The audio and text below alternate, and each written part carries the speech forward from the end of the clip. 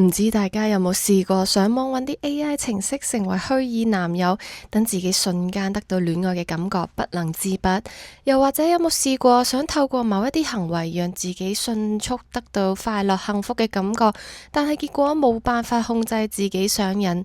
今集想同大家探討咩係多巴胺。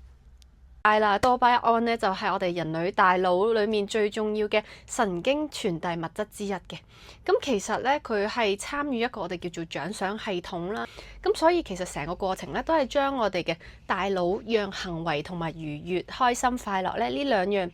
action 同埋情感呢連結起嚟嘅。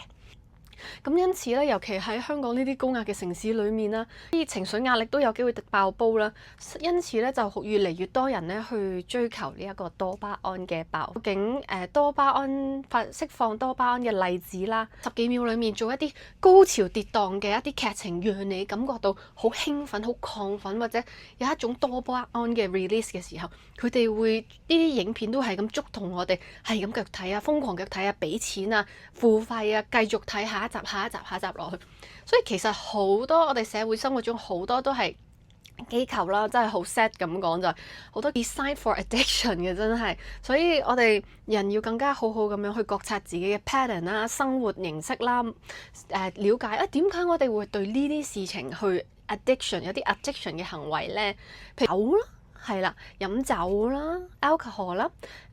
食煙啦。係啦，遊戲通關啦，中意打機啦，瘋狂打機，上癮啊，好中意打機，係啦，跟住仲有賭錢啦，有嗰種刺激嘅行為啦。好啦，咁其實多巴胺成癮係咩意思呢？就係咧，正常嚟講，一個 reward system 我哋大腦就係